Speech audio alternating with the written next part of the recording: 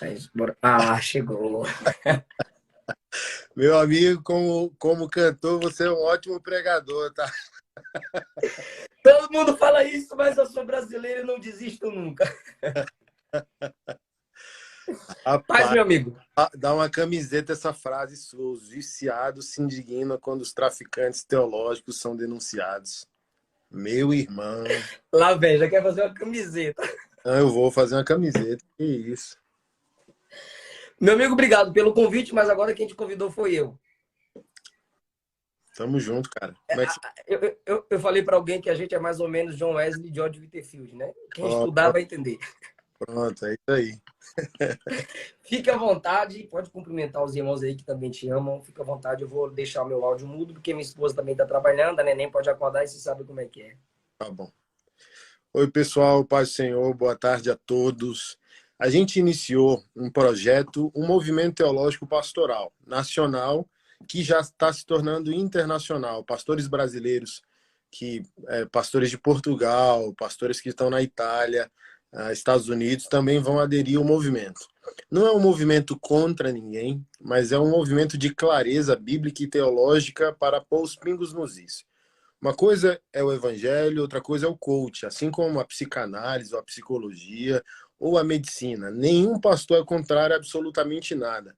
Mas todo pastor, ele sobe ao púlpito para falar daquilo que eu chamo de quadripé da criação, que é a criação, a queda, a redenção e a consumação. Ponto final. Toda pregação evangélica transita nesse quadripé. O que fugir disso, faça uma programação à parte com a igreja, deixe para a igreja claro que não é o evangelho. Gente, teremos um jantar de empreendedores.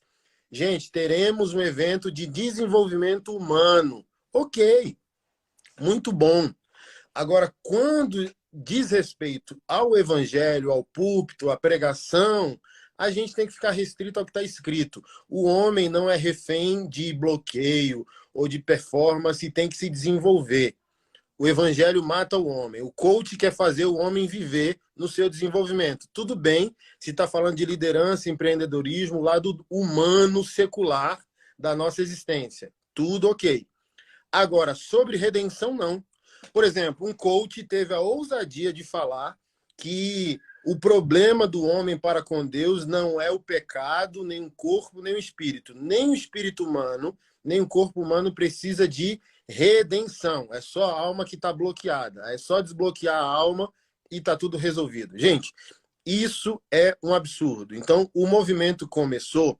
Quem quiser seguir o movimento, tá aqui no Instagram. Movimento 10.5. Arroba movimento 10.5. Por que 10.5, pastor Anderson? A fala do apóstolo Paulo na segunda carta aos Coríntios, nós destruímos todo sofisma que se levante contra o conhecimento de Cristo Jesus e levamos todo pensamento cativo à obediência de Cristo Jesus. O que é um sofisma? É uma mentira santificada, é uma meia-verdade. Então, toda meia-verdade, ela é uma mentira completa. Deus é amor, todos nós sabemos.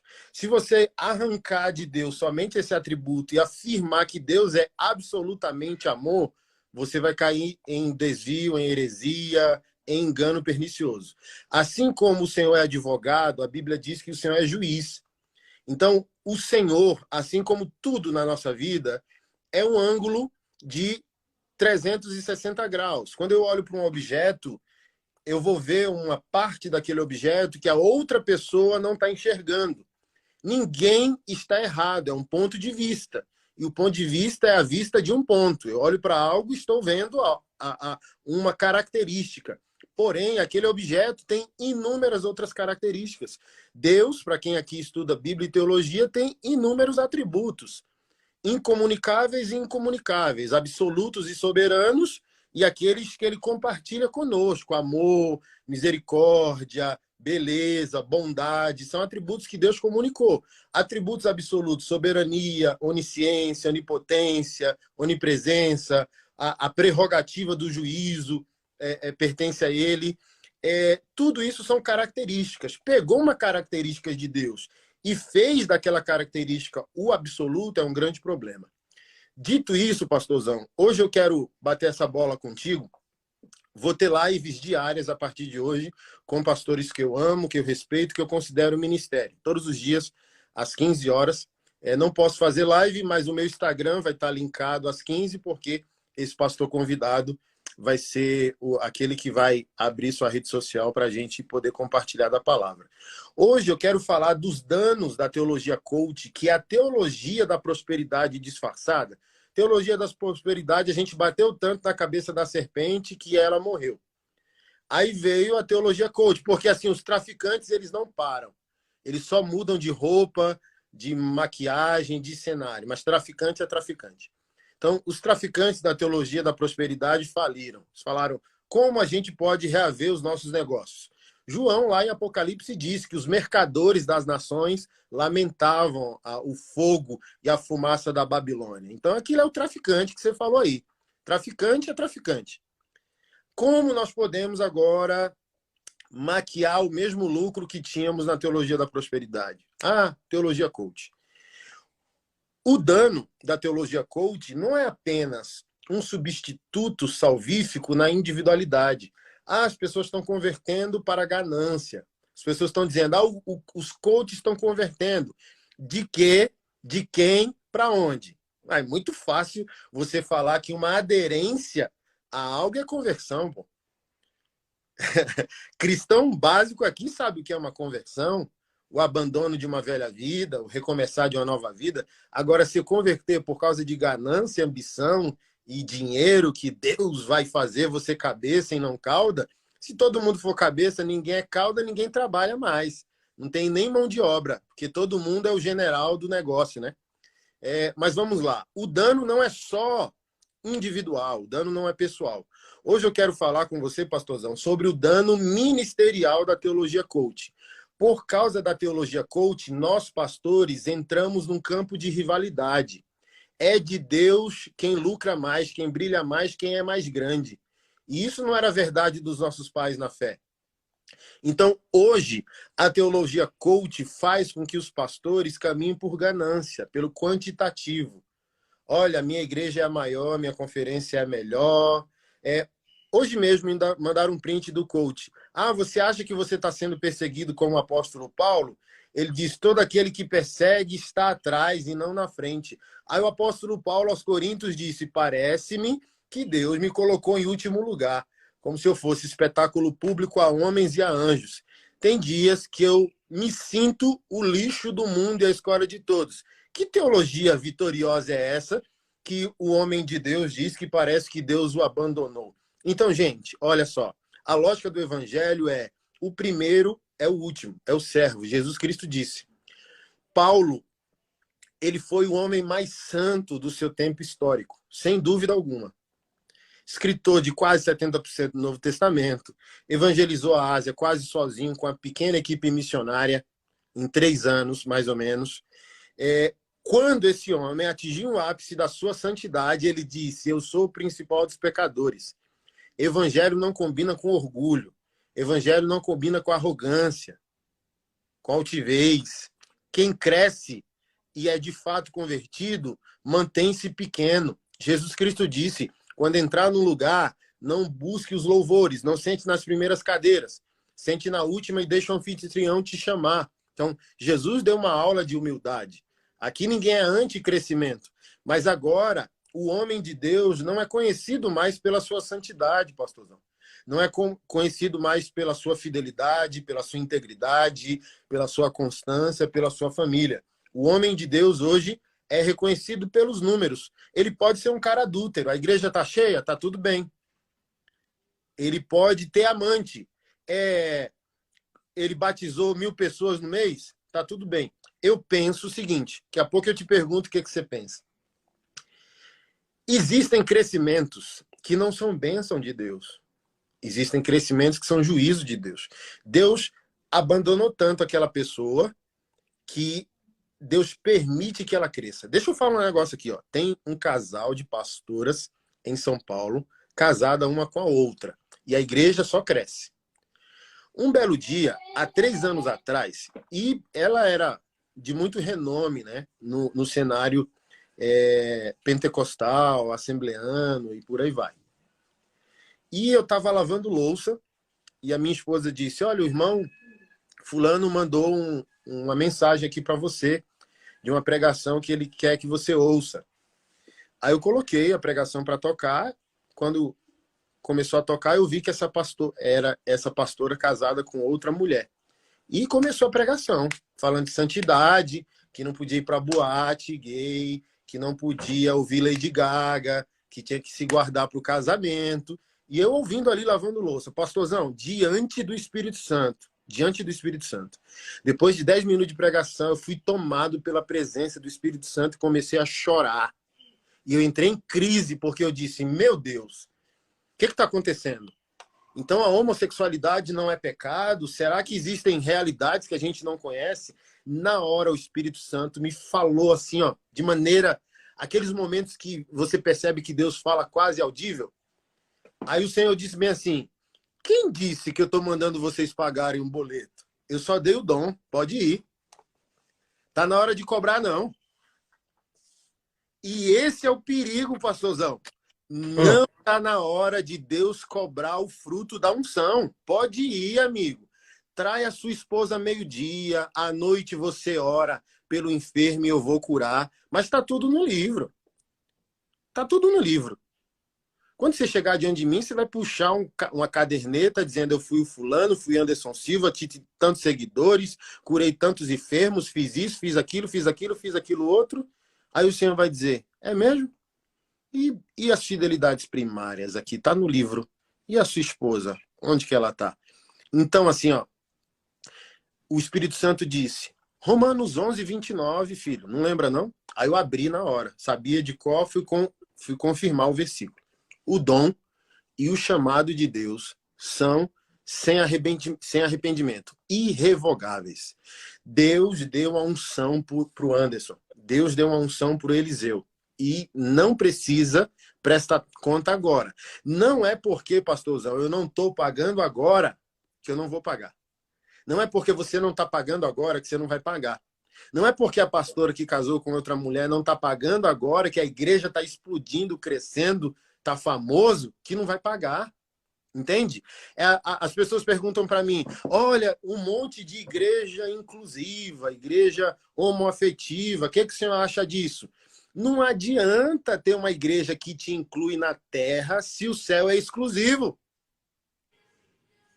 Então, assim, ó, vai chegar lá e vai dizer bem assim: olha, eu era da igreja do pastor Anderson Silva e ele permitiu eu viver esse pecado. Aí o Senhor vai dizer bem assim: Anderson Silva? Ah, não vai, o céu é meu.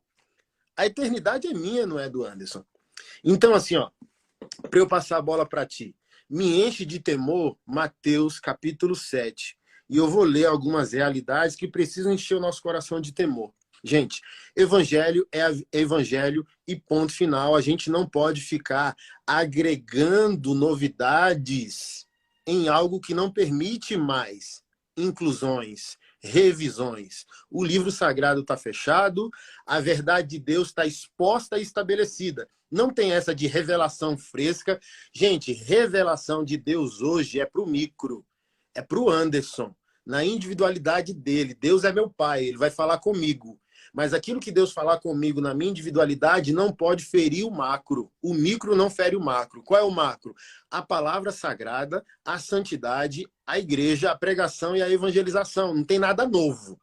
É 21 séculos de igreja além de Israel. Nada novo. Se os profetas não falaram, se os apóstolos não falaram e se os reformadores não relembraram o que os apóstolos, os profetas e Jesus disse, joga fora. Não tem essa de revelação fresca, não tem essa que o nome de Jesus mudou, que a igreja tem que mudar, que a igreja tem que revisar suas doutrinas. Não.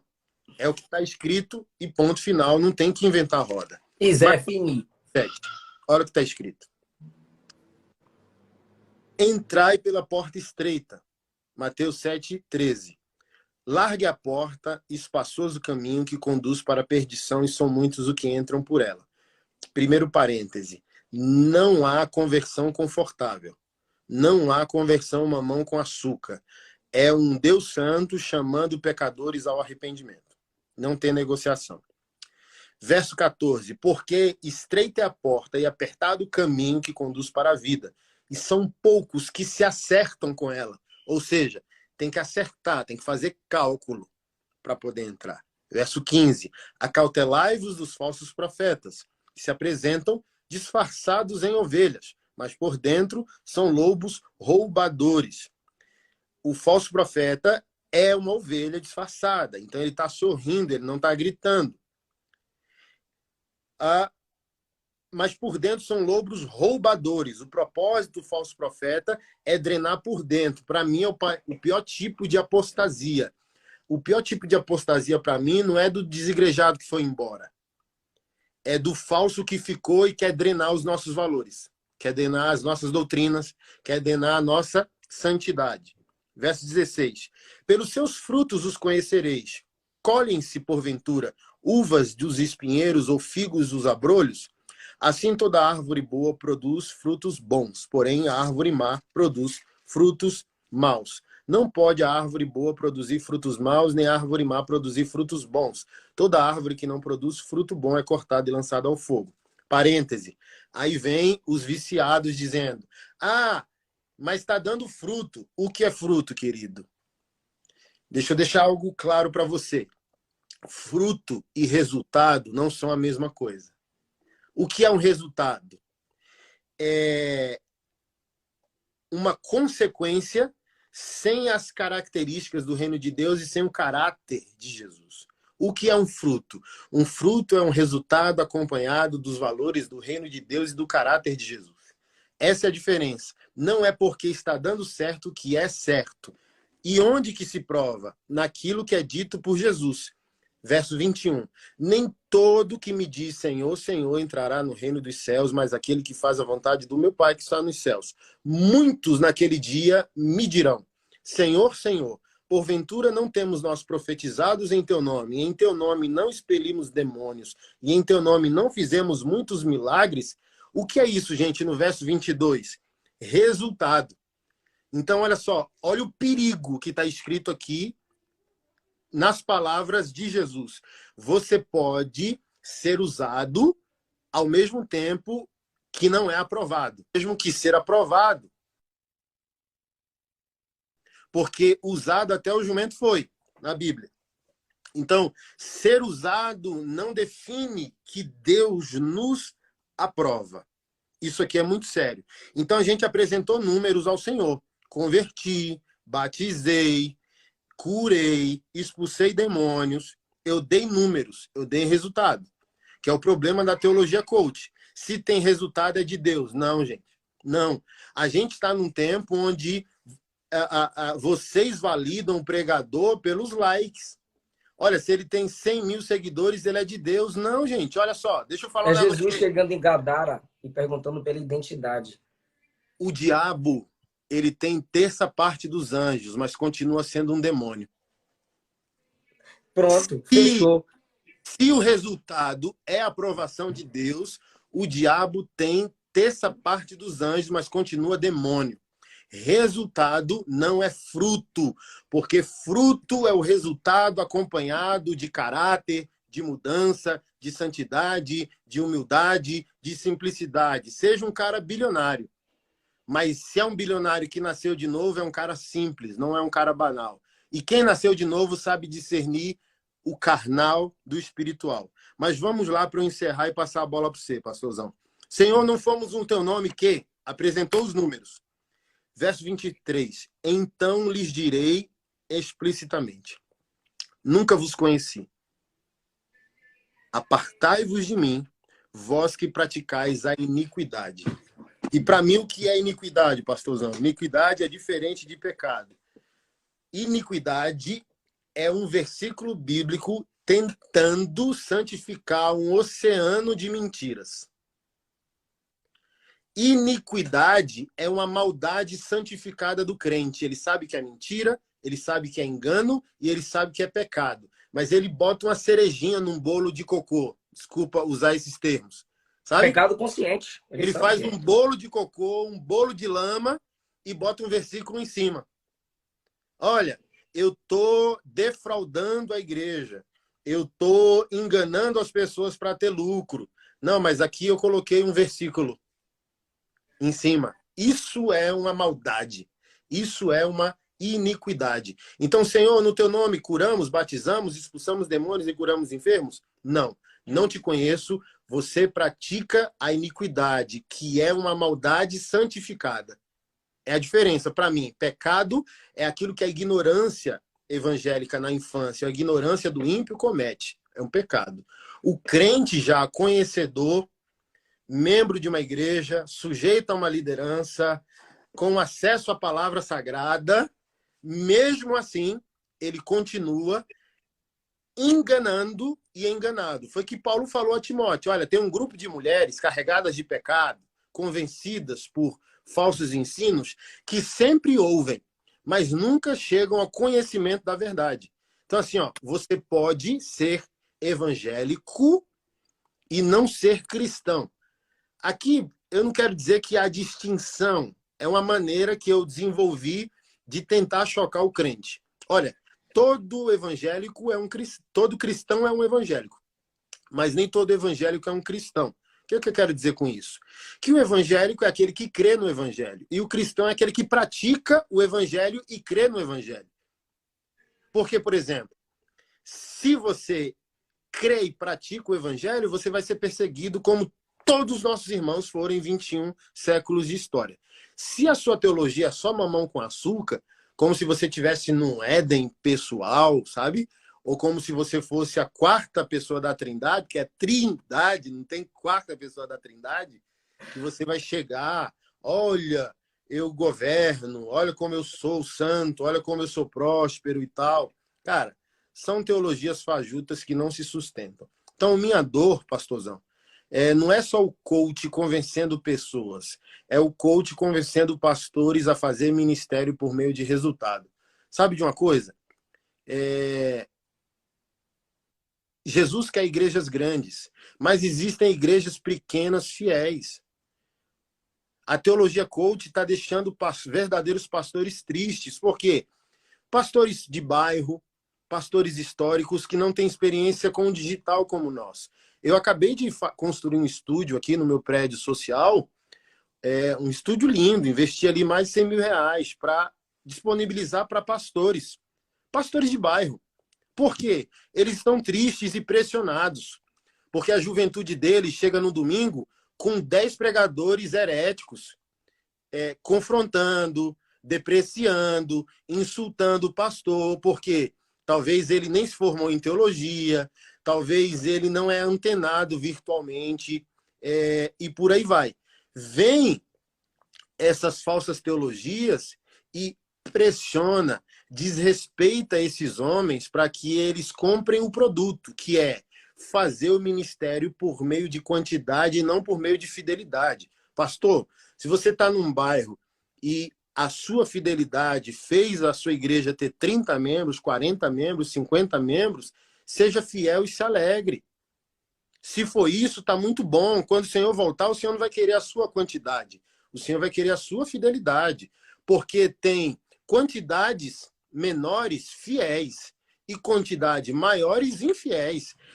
Jesus falou sobre isso. Vocês rodam o mundo para fazer um discípulo e torna ele duplamente réu do inferno como vós.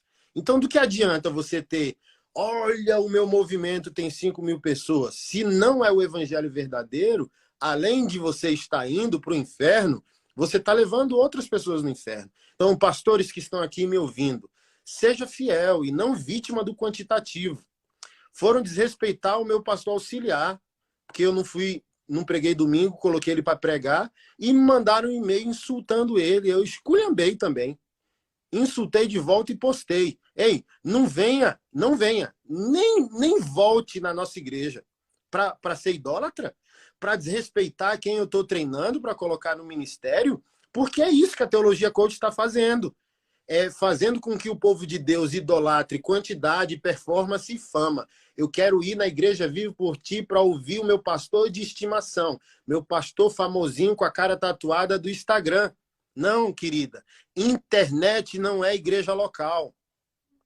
Igreja local é outra coisa. Tem gente fiel, além de mim, trabalhando na igreja local.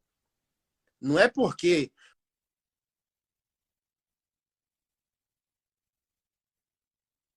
para você, para te mimar, para te dengar. Então, isso é muito doloroso, porque os homens fiéis de Deus estão sendo esculhambados para dizer, olha, pinta a igreja de preto, bota um LED, põe fumaça, baixa o padrão da doutrina, fale menos de doutrina e mais de felicidade, e a sua igreja vai crescer. Não necessariamente. Tem pastores e pastores, tem pastores que vão falar de felicidade. Se falar biblicamente, está tudo jóia. Tem pastor que vai falar de amor, se estiver na Bíblia, tá ok. Vai ter pastor que... Qual é a sua porção teológica, doutrinária? É para falar de quê? Não ceda. Não ceda ao status, não negocie com a cultura, não se dobre a uma teologia coach que quer celebrar performance e não fidelidade. É isso aí. Pastor, falando desses pastores entristecidos por causa da numerolatria, porque eu já indiquei pregadores aqui para amigos. Aquele cara que você me indicou tem 30 mil seguidores, pastor. Aquele cara que você me indicou tem 12 mil seguidores, pastor. Seguidor, no singular. Oi, queridão. O cara é pastor de igreja. O cara tem cheiro de ovelha. Né? Me dá um cara com mais pedigree. O cara tem cheiro de ovelha. Irmão, é Jesus chegando em Gadara. Qual o seu nome? Somos muitos. Eu não perguntei por quantidade, eu perguntei por identidade. Qual o seu nome? Somos muitos. Eita! Tá, eu quero que você pregue. Cadê o resultado? Jeremias pregou 40 anos e foi todo mundo para o cativeiro. É como se eu ou você pregasse, pastor, e fosse todo mundo para o inferno. Então, o ministério de Jeremias seria um fracasso. Moisés desobedeceu a Deus e teve resultado. Fala com a rocha, fere a rocha, sai a água. Olha aí, Moisés desobedeceu, mas teve resultado. Aquilo que faz com que Moisés seja honrado diante do povo, por causa do resultado, foi um impedimento para que ele entrasse na terra. Eita. Não é resultado, Moisés, é fidelidade a mim. Eu não estou dizendo que a palavra não tem resultado, mas eu não devo submeter a mensagem aos resultados. Se a palavra é espada, é claro que ela vai ferir. Se ela é fogo, é claro que ela vai queimar. Se ela é alimento, é claro que ela vai alimentar. Se ela é semente incorruptível, ela vai gerar vida, como diz Pedro, ela vai regenerar. Ela se garantir, não meu marketing, não minha performance. Eu gostei que o convite é pastores, coach, não é evangelho. Pastores, abram os olhos. Vocês estão cedendo seus púlpitos para que os homens preguem aquilo que você nunca pregou. E como o pastor que fez que estudou o evangelho para pregar o evangelho, deixa quem não prega o evangelho subir no seu púlpito. Então, no nosso banner aqui, pastor Anderson, sempre vem os viciados defender seus traficantes. Então, eu preciso fazer algumas considerações aqui. O que você falou que é interessante. Primeiro, entrou um rapaz aqui chamado Franklin Ferreira. O cara tinha que honrar esse nome, né? O Franklin Ferreira é um grande teólogo no Brasil. Aí já chegou mandando nós dois pregar as boas novas. Meu irmão, ele abriu Mateus 7. O que a maioria desses coaches que sobem em nossos púlpitos não fazem é abrir a Bíblia nas pregações de Jesus. Gostam de pregar o que Jesus fez, mas não gostam de pregar o que Jesus pregou, porque se chegar na parte do adultério, ele é adúltero. Se chegar na parte do falso profeta, ele é falso profeta, ele vai ter que pular aquilo ali. Se chegar na parte do inferno, ele não crê no inferno, ele não vai pregar inferno. E Jesus foi o pregador que mais pregou sobre inferno. Então os caras não pregam o que Jesus pregou, pastor. Esse é um dos métodos de discernirmos o falso evangelho ou o falso pregador. Ele não prega o que Jesus pregou, ele não prega nas cartas. Ele tem uma visão moralista dos textos. Ele prega sobre a santidade de José, a santidade de Daniel, durante 1 hora. E no final, Se fizer o apelo, que essa expressão tem que ser explicada, e eu fiz um vídeo sobre isso, mas se disser assim, quem quer se entregar para Jesus? Cara, você pregou 1 hora sobre Salomão, sobre a riqueza de Salomão, você pregou 1 hora sobre a prosperidade de Daniel e de José, então chama as pessoas para citar Daniel ou José e não Jesus, porque você não falou de Jesus. Porque, pastor, se o cara não segue a regra, criação, queda, redenção, glorificação, ele não vai ver Jesus no texto. Não estou falando de cristonomismo. Eu estou falando é o seguinte, José foi... Pastor, não tem pecado na história de José. Foi o cara. Seja obediente como José, que você vai acabar no palácio. Espera aí. José é caído como todo homem. Romanos 3 e Romanos 7. Ah, mas não está escrito no Antigo Testamento o pecado de José. Mas está escrito em Romanos 2, 3, 7, que todos pecaram, todos caíram e destituídos estão da glória de Deus. Segundo, como é que o Novo Testamento interpreta a história de José? Hebreus 11. Pela fé, pela fé, pela fé. E a fé de José não é conectada ao palácio. A fé de José é conectada aos ossos. Quando Hebreus 11 fala da fé de José, se foi pela fé, não foi por ele, foi pela graça. Segundo, a fé conecta, Hebreus conecta a fé de José ao osso. Ele diz assim, Deus vai cumprir o que disse. Não deixem meus ossos aqui. Eu vou morrer. Eu vou estar na fraqueza. Meus ossos estarão preservados. Carreguem. Ou seja, a fé em Hebreus 11, Novo Testamento, interpretando José, conecta a fé ao osso, à morte e à fidelidade na palavra de Deus, não ao sucesso. Então, o coach no púlpito, eu estou falando de coach no púlpito, o pastor já deu uma introdução maravilhosa, porque o coach pode ser tudo para muitos. Mas pregador do evangelho no púlpito, tirando o evangelho para te dar aula de motivação, está errado, é antibíblico, a Bíblia não aprova, nem o evangelho aprova, nem a gente aprova. Então, quais são as considerações iniciais que eu quero falar aqui? Combater heresia é necessário na pregação do evangelho. Por quê? Pastor, porque a maioria de quem comenta assim no nosso Instagram, e eu respondo, quando tem um tempo, eu respondo. Vamos pregar o evangelho, vamos pregar o evangelho, vamos pregar o evangelho. Então você nunca leu Judas, capítulo 1, versículo 3, capítulo único, versículo 3. Judas disse assim, amados, eu queria falar de salvação, mas eu senti necessário falar com vocês para combater os hereges no meio de vós. Judas está dizendo, eu queria falar sobre salvação, mas é necessário ensinar vocês a combater aqueles que estão promulgando uma falsa fé, aqueles que estão negando o único soberano Senhor Jesus.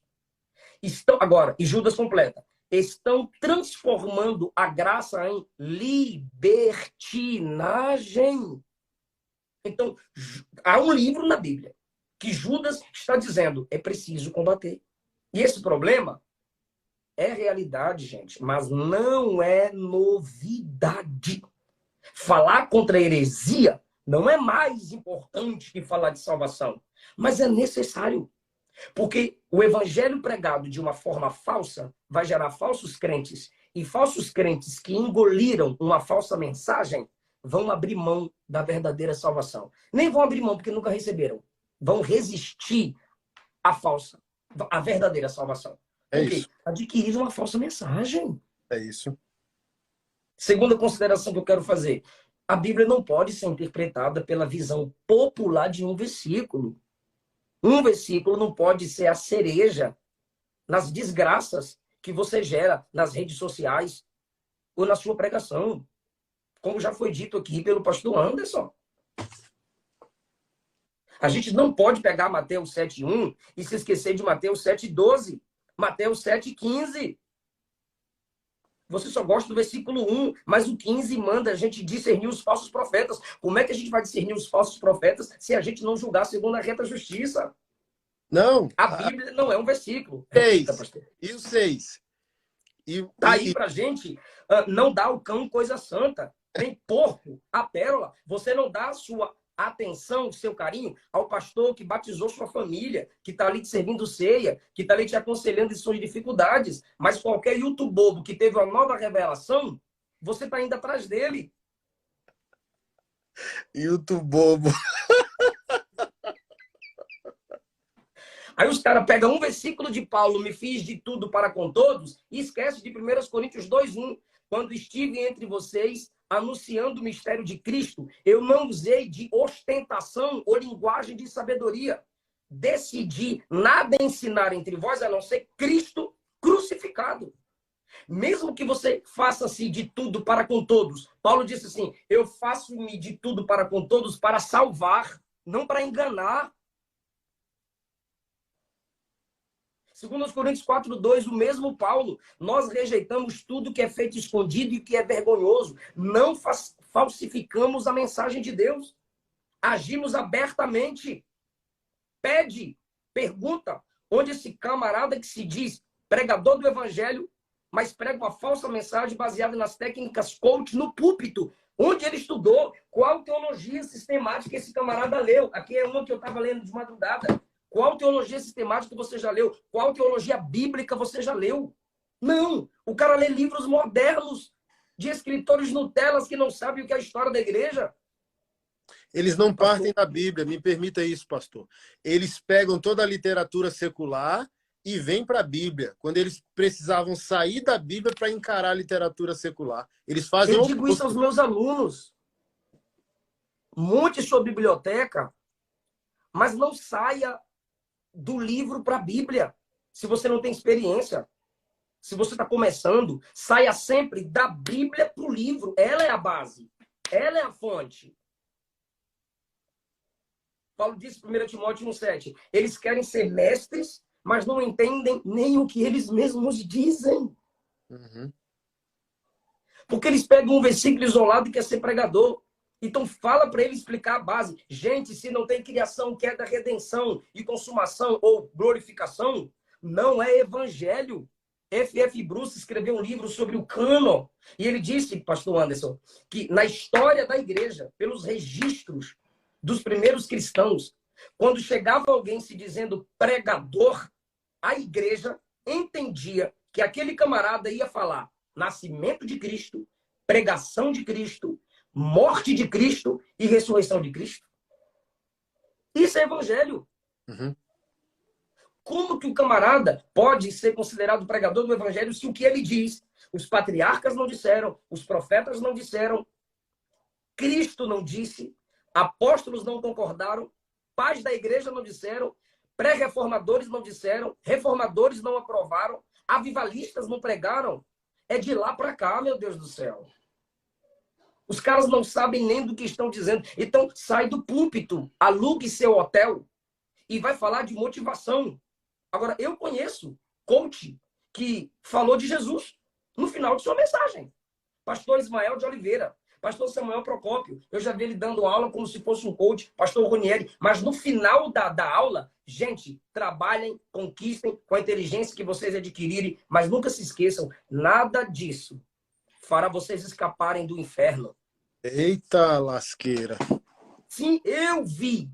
Eu dei aula com esses caras.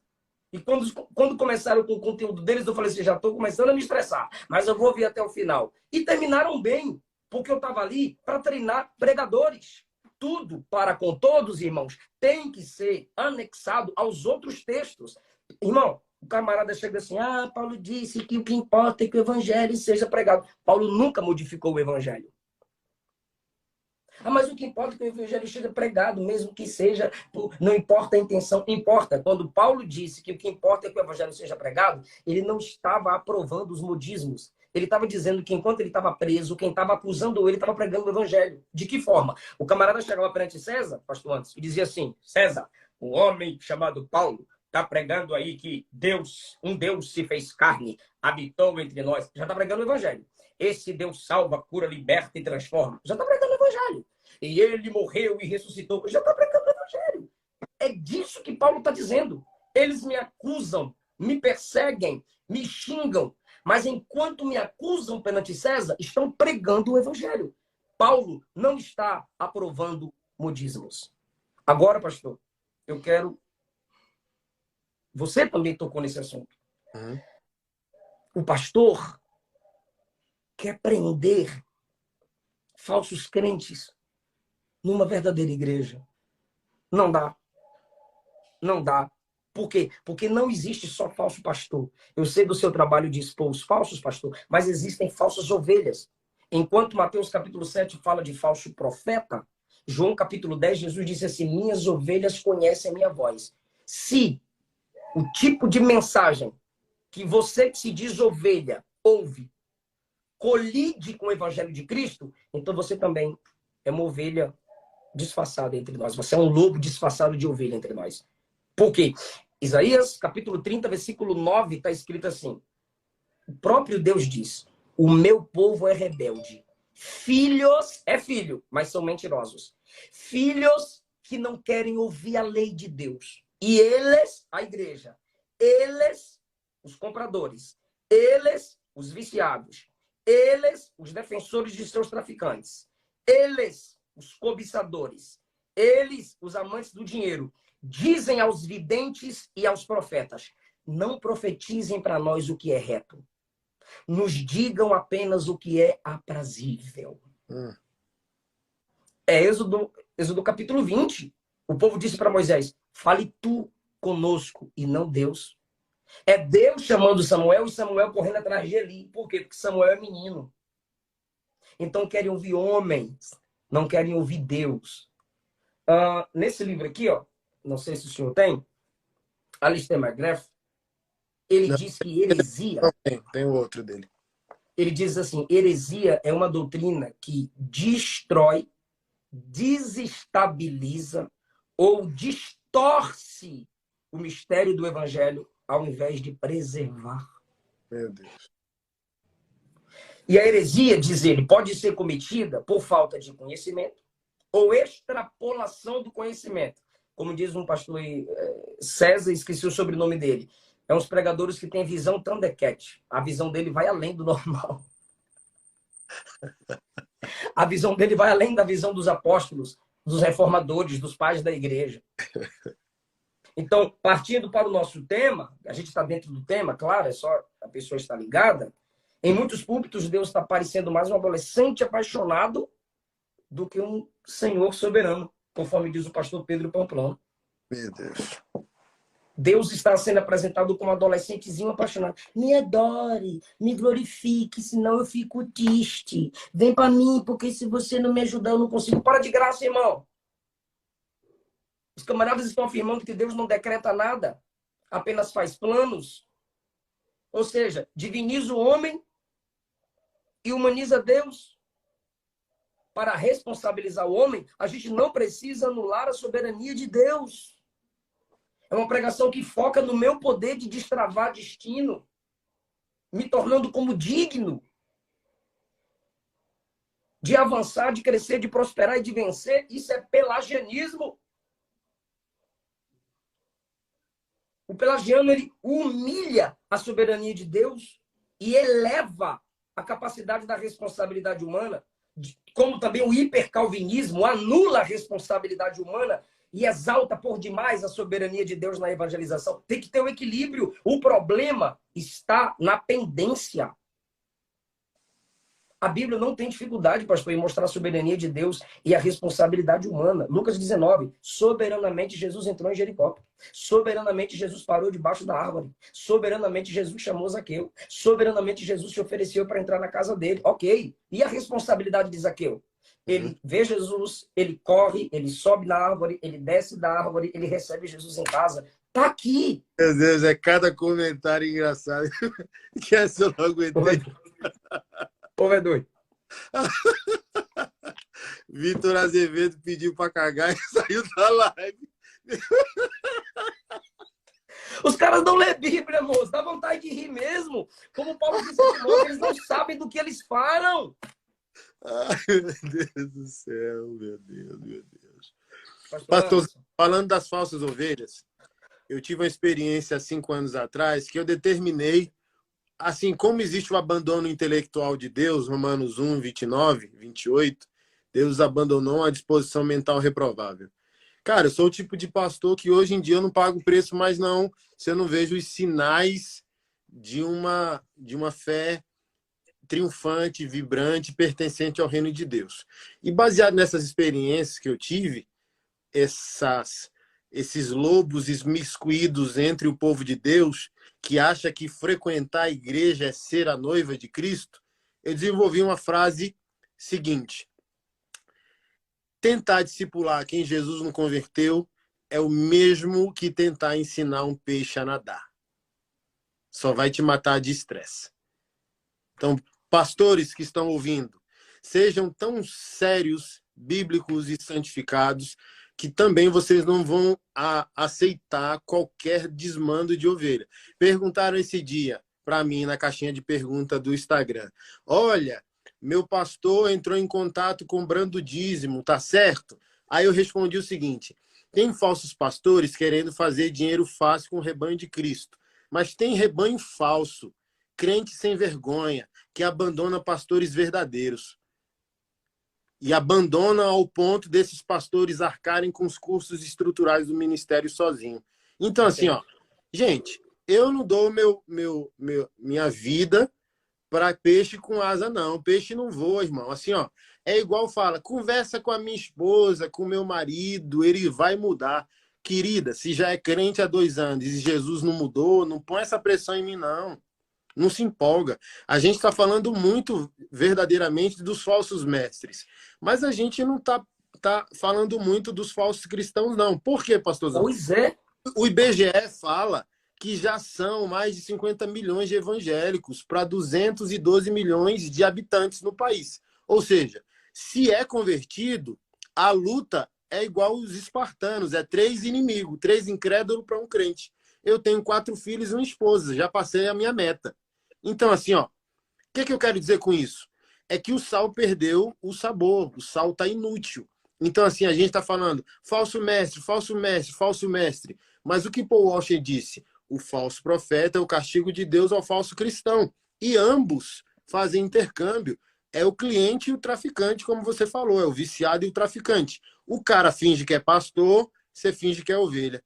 E um fica alimentando o ecossistema do outro. É lamentável.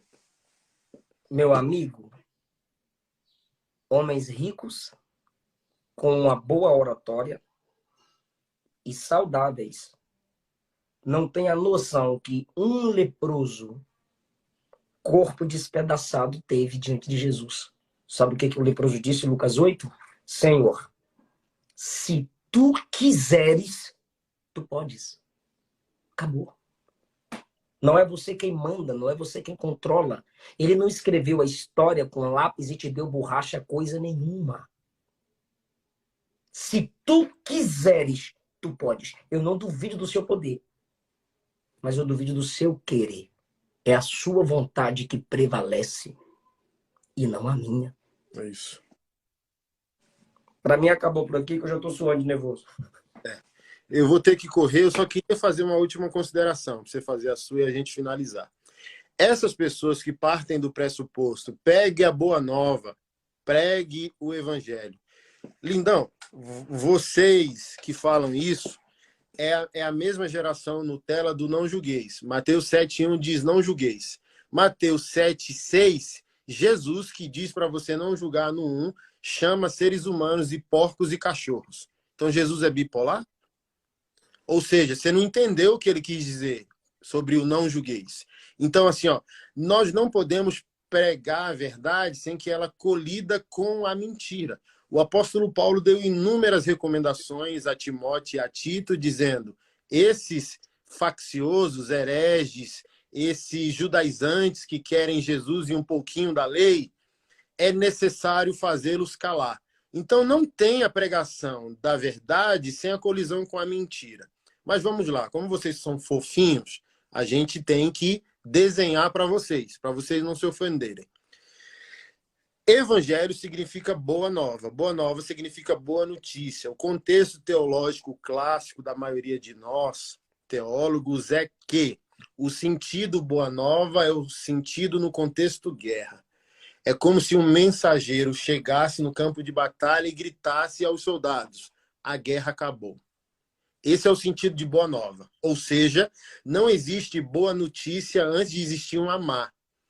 Para eu entender que o evangelho é boa notícia, eu tenho que perguntar: qual é a má notícia? Qual é a má? Qual é a ofensa? Notícia é que Jesus não te livrou do inferno apenas e nem do diabo. Jesus te livrou dele mesmo.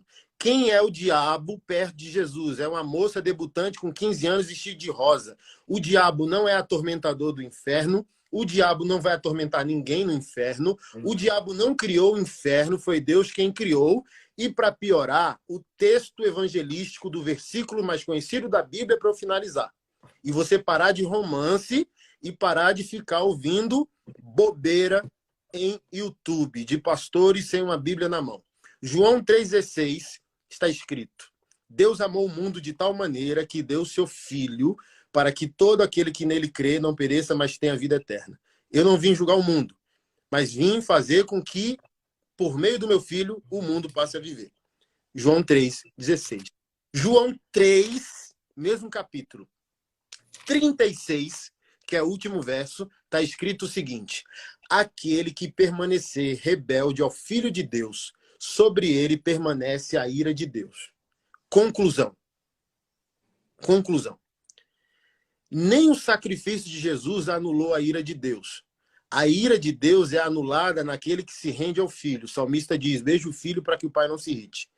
É como se Deus fosse mandar uma chuva. A única possibilidade de você não se molhar com essa chuva ácida é um guarda-chuva blindado chamado Jesus.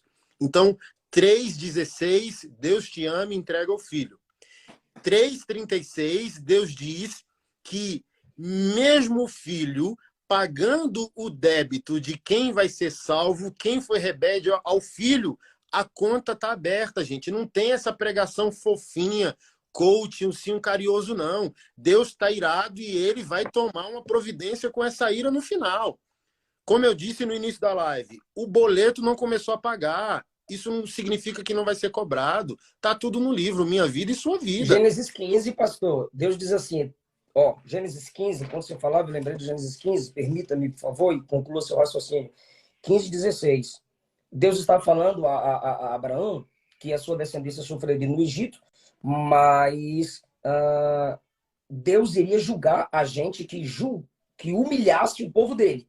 Aí no versículo 16, a quarta geração tornará para cá. Está falando dos 400 anos. Porque a medida da injustiça dos amorreus ainda não está cheia. Vai pecando e vai crescendo, vai multiplicando. Mas tem a medida, deixa encher. Jesus Cristo. Então, gente, aqui eu encerro por aqui. Que Deus possa nos encher de temor. Eu sou de um tempo e tudo aquilo, quem conhece meu ministério. Pastor Anderson, de vez em quando eu vejo ser bravo. Como que não fica bravo, moço? Olha o que estão fazendo com a glória do nosso Senhor. Lutero disse assim, ó, eu sou um cachorro vira-lata, como que eu não vou latir ao ver o meu dono atacado? Então, assim, ó, gente, os nossos descontroles, às vezes, como homem de Deus, é que, assim, a gente ainda converteu num tempo de temor, um tempo de seriedade, um tempo que se respeitava o sagrado, irmão. Então, olha que coisa maluca que aconteceu através da minha vida. Eu sou um cara com a embalagem errada, o conteúdo certo. Assim, ó, é muita vergonha da parte de Deus esfregar a cara de alguns de vocês. Eu sou pastor sem cara de pastor, confrontando o pastor como o pastor deveria proceder. Isso não está certo. Há 30 anos atrás, pastorzão, você há de concordar comigo, eu não seria pastor. E por que eu sou pastor do jeito que eu sou? Duas coisas. O mundo evoluiu, obviamente, a gente está no mundo moderno, mas eu não vejo por essa perspectiva. Qual a perspectiva que eu vejo? A profecia lá de Jesus, as palavras de Jesus se cumpriu. Jesus mandou o servo ir buscar os convidados para a festa. Não quiseram vir. Estavam viajando, fazendo negócio e por aí vai. O Senhor falou, vai em todo beco, esquina, encruzilhada, e force as pessoas a virem. Dê um banho e vista uma nova roupa. Foi o que aconteceu comigo. Eu fui achado por aí sem interesse nenhum no sagrado. Mas, gente, por que eu sou radical? Porque eu estava, irmão, transando, usando droga, fumando maconha e a graça do Senhor me alcançou. Eu não vou aceitar me converter, vim para um projeto sagrado, de um Deus sagrado, de uma família sagrada que é a igreja, e ver um monte de bagunceiro, irmão, bagunçar algo que mudou minha vida, mudou a vida de pessoas que eu conheço. Deixem a igreja não vou permitir, paz. não vou permitir. Eu sou, irmão, um cachorrinho de Jesus. Como o jumentinho lá, a dignidade do jumento foi que Jesus subiu nele. A minha Abraço, dignidade pastor Emerson. vira-lata é que Jesus está na minha vida. Mudou minha vida. Você acha que eu vou deixar aquele Deus santo, perfeito, maravilhoso que mudou minha vida ser atacado por aqueles que deveriam proteger a sua glória? Ser o amigo do noivo, de proteger a sua noiva, preparar a sua noiva como João Batista preparou para o dia do casamento?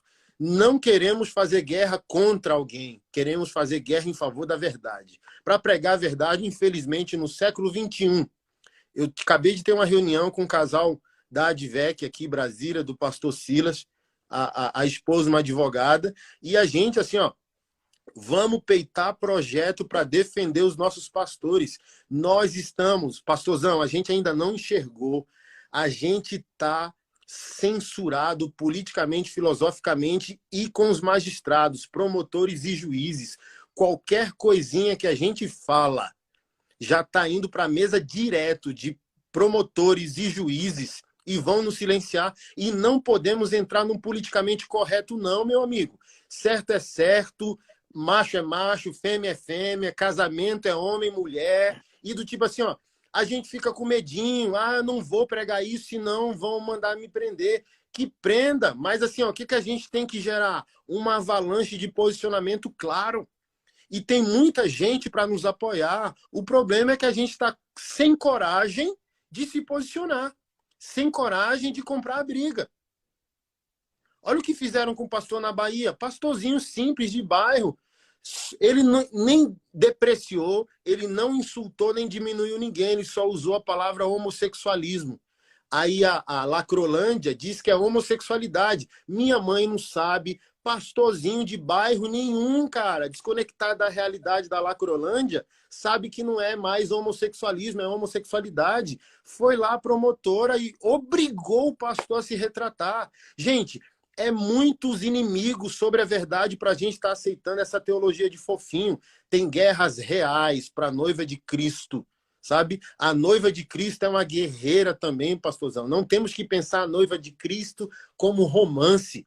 A noiva de Cristo é uma guerreira, ela está adornada também para o campo de batalha. E nós, como pastores, precisamos nos posicionar para a glória do Senhor, defender pastores e nutrir pastores de teologia, de amparo, de apoio. Por isso que eu fiz o estúdio. Vem aqui e municie, pregue a verdade. Se qualquer juiz, promotor, delegado, dinossauro vier contra você, a gente vai levantar advogados para te proteger. Pregue a verdade, vá para cima. Pastorzão, deixa eu falar um negócio pra você. Defensores da nossa causa. Assim, ó, a gente pode falar qualquer coisa que a gente quiser sobre o pastor Silas, mas vai chegar a hora daqui a pouco, meu amigo, que não vai ter guardião nacional mais da sã doutrina. Assim, ó, no tempo de Jean Willis, se não fosse o barulho e a mão pesada do pastor Silas na mesa comprando briga, a gente estava pior do que nós estamos. E o que a gente precisa entender? Que essa teologia coach fofinha está tirando de nós a coragem que o Espírito Santo deu a homens como o pastor Silas. E daqui a pouco, daqui a 10 anos, 15 anos, se ele não tiver mais com todo vigor para o campo de batalha, cadê o Anderson? Cadê o Eliseu? Cadê o Francisco? E É por não isso que eu não dou conta teologia desses coach bebezinhos vir para está cá defender castrando a seus coragem dos traficantes. pastores. E os pastores estão pensando em quantidade. Se eu pregar a verdade, não vão vir no culto no domingo. Mas o pastor que me discipulou disse que não venham. A verdade vai ser pregada. Que não venham. Tchau! Jesus mandou fazer a conta. Aquele que entra no reino de Deus faz um cálculo como se estivesse construindo, para não ser envergonhado. Que não venha. Quando vier, faça o cálculo. Faça o cálculo, porque você tem que deixar tudo. Você tem que abandonar tudo e nascer de novo. Então, precisamos encabeçar um movimento de coragem. Coragem virtual, pastoral, em defender, pregar a verdade. E as pessoas são infantis, porque não conseguem discernir a briga por uma ideia teológica e a briga com pessoas. Não estamos brigando com pessoas. Campo das Queremos ideias. até que essas pessoas se arrependam e nasçam de novo. Mas essas pessoas são portadores de ideias. E as ideias serão combatidas, questionadas e confrontadas pela santidade da igreja, pela pureza do evangelho, para a glória de Deus e pela uma igreja triunfante e que seja respeitada publicamente, em nome de Jesus. Posso dar a má notícia para a gente encerrar a live? Pode. Romanos 3. Não há um justo sequer. 3:10. nenhum sequer. Não há ninguém que entenda. 11. Não há ninguém que busque a Deus. 12. Todos se extraviaram e juntamente se fizeram inúteis. 13. Sua garganta é sepulcro aberto. Sua língua trata enganosamente. Tem veneno de serpente debaixo de seus lábios. 14. Sua boca está cheia de maldição e amargura. Coach, não prega isso aqui no púlpito, não. Seus pés são ligeiros para derramar sangue. Em seus caminhos há destruição e miséria. Se não tiver agora, vai ter no dia do juízo. Porta larga conduz à perdição e destruição. 17. O homem não conhece o caminho da paz. 18. Não há temor de Deus diante dos seus olhos. 19. Romanos 3, hein? Toda boca esteja fechada e todo mundo condenável diante de Deus. Aí, meu irmão, é a má notícia. Por isso que a gente precisa pregar a boa notícia. A boa notícia está no versículo 23 a seguir.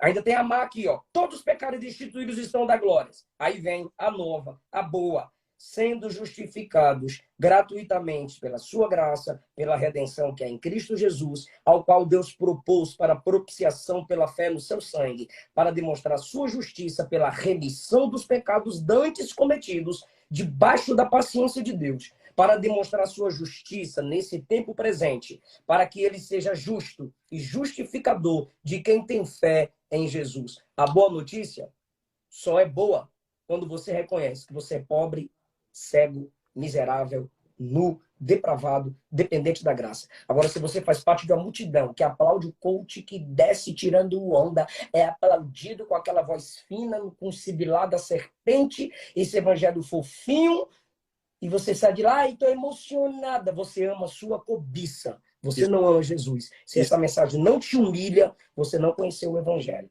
A igreja precisa despertar, pastor. Isso. Meu aleluiado preferido, um cheiro no cangote. Obrigado por esse momento. Tamo junto e vamos pra cima. Cara de tatuado mandando beijo, ó. Cara tatuado.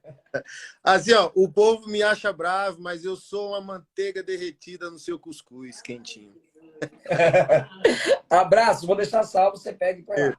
Tá bom, nego. Tamo junto. Meus irmãos, um grande abraço. Os pastores que nos ouvem, coragem, meus amados. Os tempos são maus. Não ceda à moda, não ceda à cultura. Resista, que a igreja precisa da nossa coragem. A igreja dos nossos netos precisa da nossa coragem. Um beijo a todos.